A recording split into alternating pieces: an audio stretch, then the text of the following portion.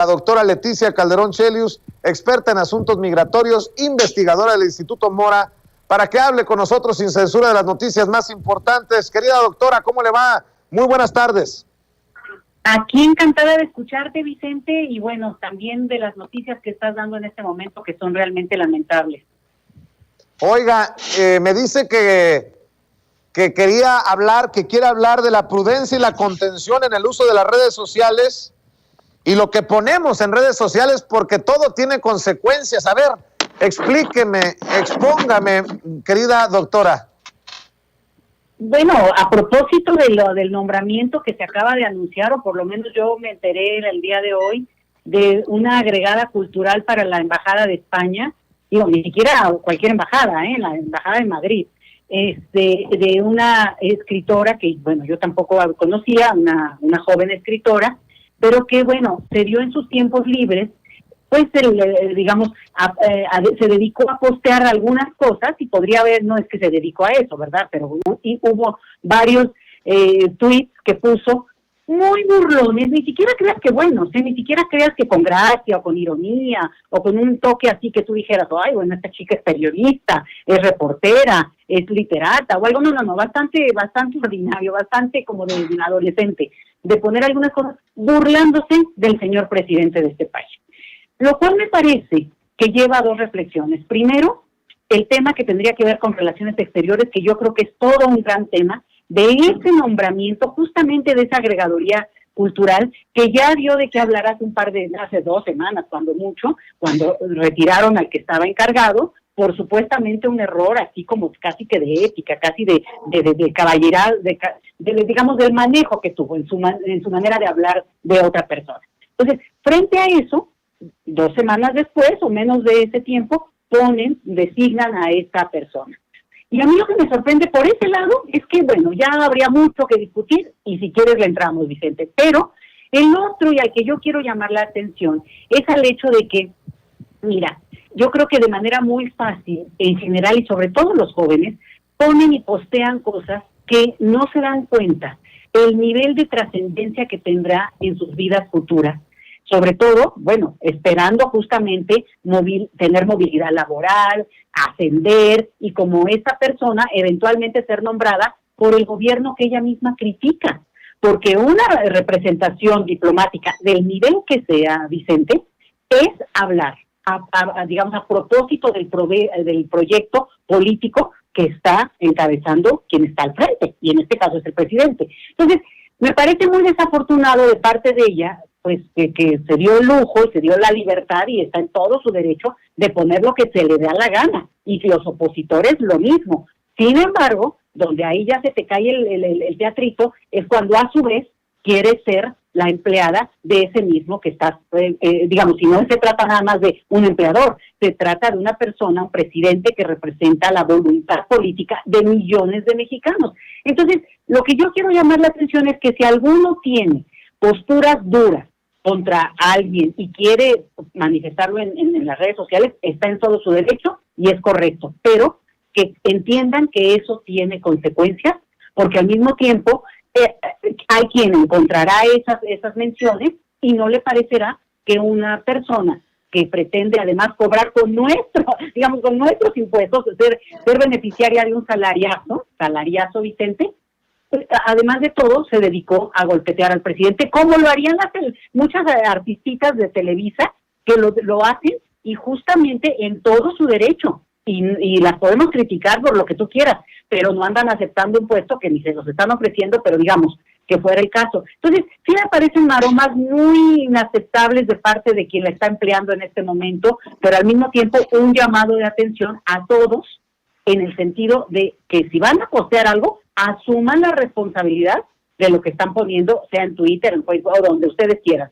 Y me parece que es el caso de esta persona, que es quien no puede defenderse. Bueno, yo no, te digo, yo también me metí a ver quién es, y bueno, no la ubico para nada, seguramente tampoco es el ámbito en el que yo me muevo, y tampoco tengo, digamos, esa capacidad para estar viendo todo de todos los ámbitos políticos y culturales, pero ciertamente no es alguien que destaca ni por su brillantez, porque insisto, ni siquiera, por lo menos en el tweet, que hubieras dicho, ay, bueno, oye, qué capacidad, o sea, o ahí hay un toque que tú notas de alguien que tiene una capacidad hasta para escribir de manera elegante, descalificando, ¿no? Y no es el caso, Vicente. Muy lamentable esta situación, me parece innecesaria de parte de Relaciones Exteriores, me parece que han dado unos tumbos que no nos merecemos en esta cosa de agregadurías culturales o consulados, Vicente, y eso pensábamos que tendría que quedarse atrás, pero estamos viendo que sigue esta lógica. A ver, ¿por qué no las mandan a otra, de agregada cultural a otra parte? Pues, ¿por qué no? Porque es un puesto, es un vil hueso político, Vicente.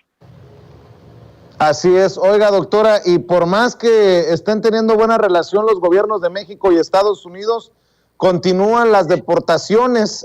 Platicaba con algunos amigos defensores de derechos humanos, sobre todo en Sonora, y me decían que estas deportaciones tienen un fuerte impacto en plena pandemia, por lo que no hacen las autoridades de Estados Unidos, por lo que no, lo que también están dejando de hacer las autoridades acá en México. ¿Qué es lo que sabe usted de esta situación? Los migrantes siguen siendo pues un sector de la sociedad vulnerable, a pesar de lo que se diga, ¿no? Más allá de lo que se diga. Vicente, este tema se junta también con lo que estábamos platicando antes de Relaciones Exteriores, porque realmente es una secretaría que tiene bajo su mando, digamos, en este momento histórico, muchas áreas. Y Relaciones Exteriores, aunque no sea la directamente encargada, porque se supone que es el Instituto Nacional de Migración quien ve estos temas de la transmigración por nuestro país y todo el tema que tiene que ver, por ejemplo, con el traslado de las personas o incluso la detención que se está llevando a cabo de muchísima gente desde hace tiempo, y ahorita les voy a decir que bien, pero desde hace mucho tiempo lo que estamos viendo es que sí es la Secretaría de Relaciones Exteriores quienes están avanzando, y yo entiendo, hay una parte de pragmatismo, tampoco nos vamos a chupar el dedo en el sentido de decir, es que no se puede negociar nada con Estados Unidos. No, con Estados Unidos se tiene que negociar, no hay de otra, no solo es nuestra frontera, es el país más rico del planeta, pero ahí hay un punto en el cual hay una cuestión que se llama Título 42, Vicente, a partir de la cual Estados Unidos deporta personas, las manda a nuestro país, y México las deporta, ahora sí que como se dice en caliente, pero desafortunadamente ni siquiera respetando los protocolos que tienen que ver con cosas que México ha peleado por años, Vicente. Por ejemplo, no dejar a la gente a su suerte en territorio sin ley, digamos, las mandan a la parte de Guatemala, de México-Guatemala, y las dejan en la frontera, a horas inapropiadas, familias con niños, gente que es sumamente vulnerable, y eso ha hecho, y hay testimonios de eso, de población que ha vivido esa experiencia de una manera muy dramática. Entonces, yo aquí creo que, e insisto, yo creo que la Secretaría de Relaciones Exteriores, Marcelo Ebrard, han hecho un papel espléndido, muchas cosas muy destacables. Yo creo que nos ha honrado en muchas cosas que ha llevado a cabo como área, como liderazgo que se le reconoce, pero sí hay puntos oscuros, puntos flojos que hay que señalar, y que yo creo que este tema de la política de inmigración en nuestro país se tiene que revisar. No se puede seguir con el discurso de que este es un país que está siguiendo las normas humanitarias cuando no lo está haciendo. Entonces, se tiene que acoplar incluso en un escenario adverso, incluso en una situación de hostilidad que viene aún más, Vicente, y tenemos que entenderlo y abrirnos a un nuevo discurso todos, Vicente, porque hubo una tragedia tremenda en Haití hace unos cuantos días, y eso va a tener consecuencias que tenemos que entender que geografía es destino, y nosotros somos el territorio antes de entrar a Estados Unidos. Y también a su vez somos un territorio que puede ser destino de quien está huyendo de situaciones que van más allá de su propia voluntad, y quién lo hubiera deseado cuando uno vive una experiencia de esas. Entonces, en ese escenario, sí creo que la poca transparencia que ha habido de la política de inmigración en nuestro país se confunde a veces con todas las buenas diligencias que se están haciendo, por ejemplo, en el campo de las vacunas, de todos los avances que ha habido en términos de política exterior hacia América Latina, de posicionar de nuevo a México en el mundo con un discurso pues de un liderazgo que da orgullo. Pero el otro punto es cuando hay una opacidad, y esto es muy delicado, Vicente. Y por eso digo, también le toca, ni modo, ahora le tocó, pero el balón a Relaciones Exteriores, en el sentido de que lo mismo de la opacidad en el nombramiento de funcionarios que deben representar un proyecto y que deben también sentir el orgullo de representarlo, porque al final de cuentas, pues se supone que eso es parte de tu trabajo también, promover ese proyecto del cual tú estás, digamos, eres parte en el sentido, bueno, de compartir lo mínimo, ¿no? Si no, pues como para qué, porque ni siquiera, voy a retomar el caso de esta persona que fue nombrada agregada cultural, ni siquiera es miembro del servicio exterior, que podrías decir, bueno, tiene una carrera, tiene una trayectoria y por tanto ya le toca, ¿no? Vamos, ¿por qué no ponen a alguien del servicio exterior mexicano? Gente que se forma por años para ser diplomático. Bueno, entonces, dicho eso, entramos a esto otro que también es un escenario que sí tiene mucha, digamos, dirección de parte de Relaciones Exteriores.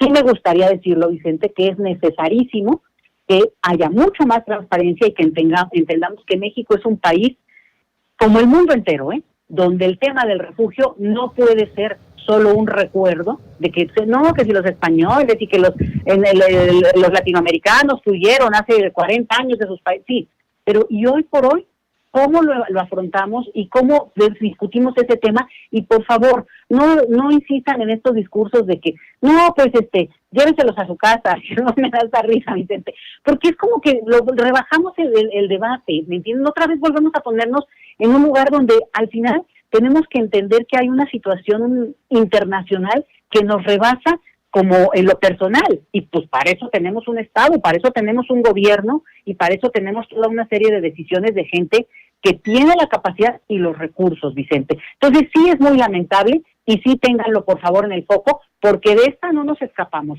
y les digo la otra, eso es mucho más lejano, pero la crisis en Afganistán implica recibir en el mundo entero población que no tenía planeado irse de su país apenas hace 10 días. Y por tanto, uno de cientos de países, obviamente, puede ser México. Y frente a eso tendríamos que estar, digamos, con la claridad de que vivimos en un planeta donde hay situaciones como este tipo de crisis. Muy bien, pues doctora Leticia Calderón Chelius, como siempre, nosotros agradecidos por el análisis, por los comentarios que hace en este espacio libre como el viento. La vamos a estar esperando el próximo martes, y también vamos a estar esperando que la gente que nos ve y nos escucha en Sin Censura se suscriba, la siga en sus redes sociales, en @LetiChelius, en Twitter, y por lo pronto le mando un abrazo. Muchas gracias por acompañarnos. Siempre agradecidísima contigo y con el auditorio, Vicente. Abrazo muy grande por ahí. Cuídese, gracias. Y bueno, vámonos con más noticias. El PAN está deteriorado y en proceso de putrefacción, y lo dice un panista, y lo dice un gobernador panista. Así lo señala Javier Corral, el gobernador de Chihuahua, quien asegura que el PAN está en proceso de putrefacción, por lo que al dejar su gobierno el próximo 8 de septiembre, analizará su futuro político, que sin duda será lejos de la actual dirigencia. Admite los esfuerzos de la 4T y lamenta que para la oposición constituida en el PRIAN signifique claudicación, traición o entreguismo. De seguir así, ambos partidos, el PRI y el PAN, no le verán ni el polvo a Morena en el 2024, dice el gobernador de Chihuahua. Asegura que el PAN está en franco deterioro, yo diría en estado de putrefacción, y no solo por su convivencia con la corrupción, sino por este pragmatismo que lo hizo perder todo rumbo y lo hizo perder todo pasado de dignidad. No creo en estos dirigentes, yo creo que estamos viviendo la peor época del PAN. Me acordé mucho de ti, Toño, cuando leí la nota. La peor generación del panismo, has dicho tú, dice Javier Corral. Estamos viendo la peor época del PAN. Nunca habíamos tenido un dirigente tan mediocre. ¿Qué le pasó al PAN para pasar de Castillo Peraza a Marco Cortés? Eso es lo que tenemos que contestarnos. ¿Tiene remedio o tiene remedio? Yo creo que ya no tiene remedio. Ya es una maquinaria de intereses que se parece mucho al PRI. Está en la lucha del poder por el poder mismo, y todo se justifica para ganarle a López Obrador.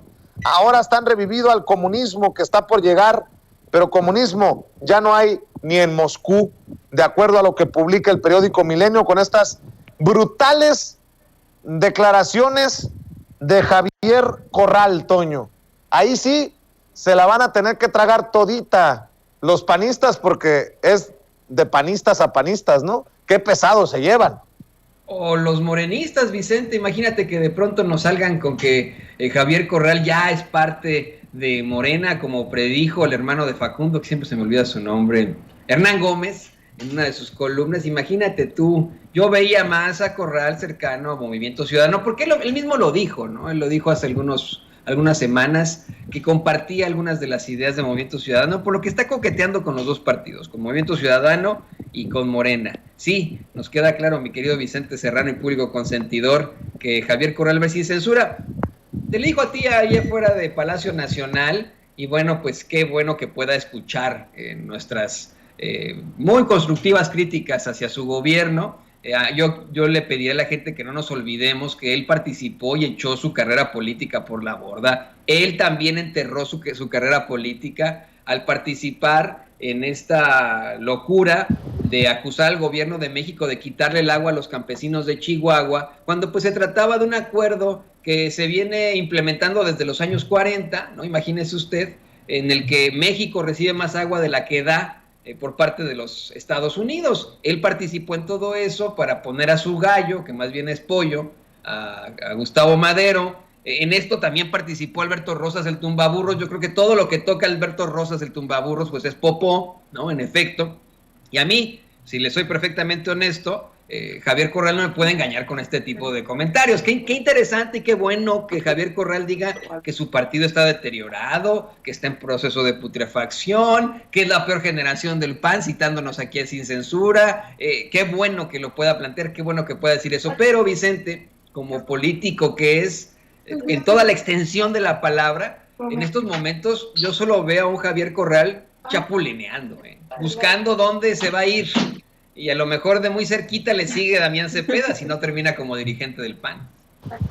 Así es, mi querido Toño. Y hablando de esquizofrénicos, grábeme, don David, el esquizofrénico de Gilberto Lozano dice que está a favor de buscar la revocación del mandato del presidente Andrés Manuel López Obrador el próximo año, pero que hay una real trampa.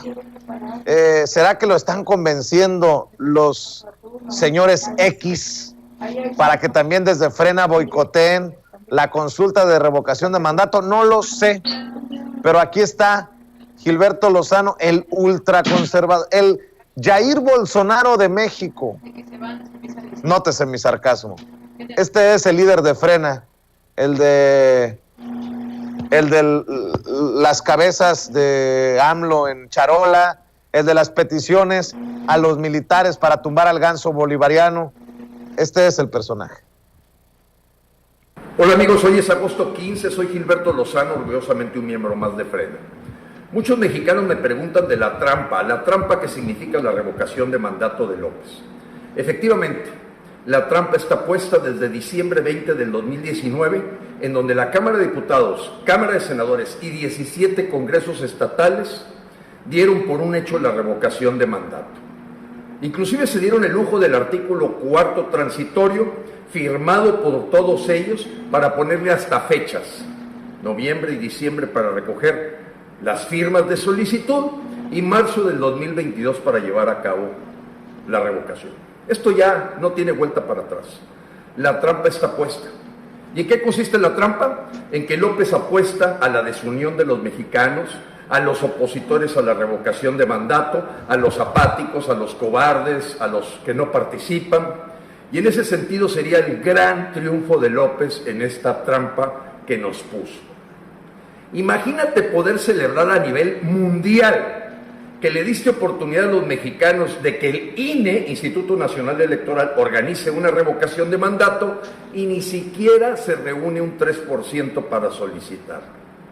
Imagínate a López celebrando una popularidad del orden de 98%, puesto que si no se da el 3%, quiere decir que está muy cerca de ser la gestión que los mexicanos apoyan, celebran y con júbilo desean continúe esta revolución bolivariana. López tenía muy claro que iba a tomar el INE en estos meses, sin embargo aún no lo logra. Y la pregunta para los mexicanos es, ¿Tú ya te rendiste? ¿Dejaste que se salga con la suya? ¿Le vas a dejar el triunfo sin ni siquiera ir a la pelea? Yo no. Pues Frena. mire, a ver, ya quítelo, Ceci, por favor. No sé tú qué piensas, Toño, pero en su locura, en su esquizofrénico actuar, oigo hasta más coherente desde una oposición a Gilberto Lozano que a los panistas, priistas y uno que otro columnista que dicen no hay que participar en la consulta de revocación de mandato. Pues por lo menos Gilberto Lozano dice, pues hay que entrarle. Mira lo que estoy diciendo. Yo que me la paso exhibiendo sus locuras, mentándole la madre, pues hay que reconocerle, a menos que esto de la trampa real de la revocación sea su primer mensaje para en algún momento decir, como es una trampa, no vamos a participar. En un descuido ya le dictaron línea desde las oficinas del señor X. Qué bueno que mencionas al señor X, Vicente, porque precisamente hace un par de horas el mismo Gilberto Lozano emitió un tuit muy locochón, como lo caracteriza. Dice: reto a Max Kaiser, a Carlos Alarraqui, a Luis Carlos Ugalde, a Marita Zavala y a Claudio